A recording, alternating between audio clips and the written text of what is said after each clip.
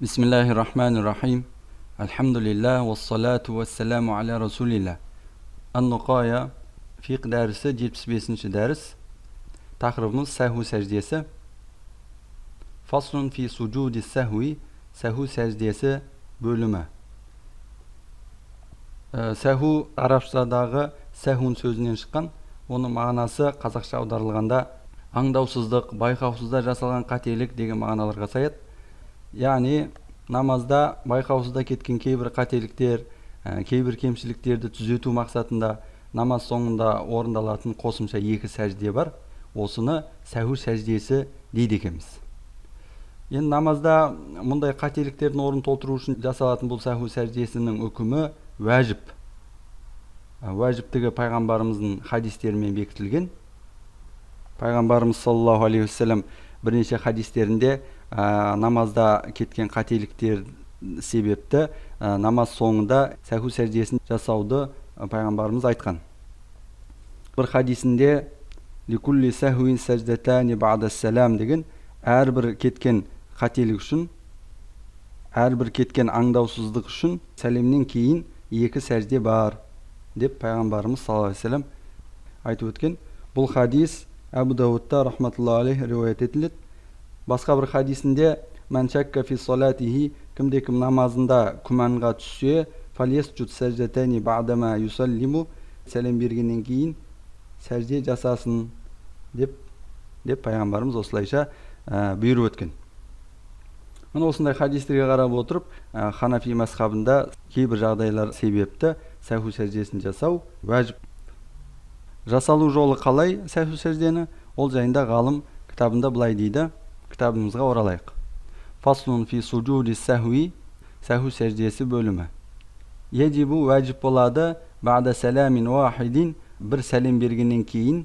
Осы кітаптың кейбір нұсқасында ан яминихи деген сөз бар, яғни оң жағына деген сөз. Оң жағына бір рет сәлем бергеннен кейін уәжіп болады. Не уәжіп болады? Сәждатани, екі сәжде жасау уәжіп болады.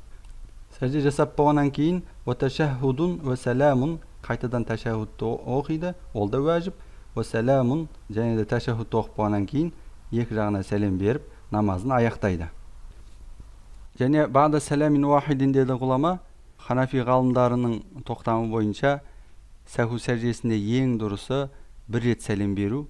Жеке оқып тұрғанда болсын, немесе имам болып тұрғанда болсын, оң жағына бір рет сәлем беріп, осылайша сәху сәждесіне барады. Осы жерде бір хадис айта кеткім келіп отыр. Бұл риуаят Абдуллах ибн Мас'удтан келген екен. Онда пайғамбарымыз саллаллаху алейхи вассалам былай дейді: "Иза кунта фис салати", егерде намаз оқып тұрып, фашакакта фи саласин ау арбаин, 3 ракағат оқыдың ба, әлде 4 ракағат оқыдың ба деп күмәндансаң, ва акбара зоннука аля арбаин, және 4 ракағат оқығандығыңа ойың басым түссе, ташахатта, ташахуд дұғасын оқисың, сума сәжетта сәждетейни ва анта жалисун, сол отырған күйі 2 рет сәху сәждесін жасайсың. Қобла ан тусаллим, сәлем бермей тұрып. Сума ташахатта айбон, содан кейін 2 сәжде жасап болғаннан тағы да ташахуд дұғасын оқисың. Сума тусаллиму, кейін сәлем беріп намазыңды аяқтайсың деп отыр пайғамбарымыз саллаллаху алейхи вассалам. Енді мынау хадисте қобла ан тусаллим деді, сәлем бермей тұрып 2 рет сәждеге барасың деп отыр. Дегенмен басқа бір хадистерде сәлем бергеннен кейін сәху сәждесін жасалады деген. Осыған қарай Ханафи ғұламалары бірінші сәлем беріп, содан кейін сәху сәждесіне барады деген. Сәху сәждесі жасалып болғаннан кейін қайтадан ат-тахият дұғасы оқылады деп отыр хадисте. Сума тусаллиму, ат-тахиятудан кейін екі жағына сәлем беріп намазын аяқтайды.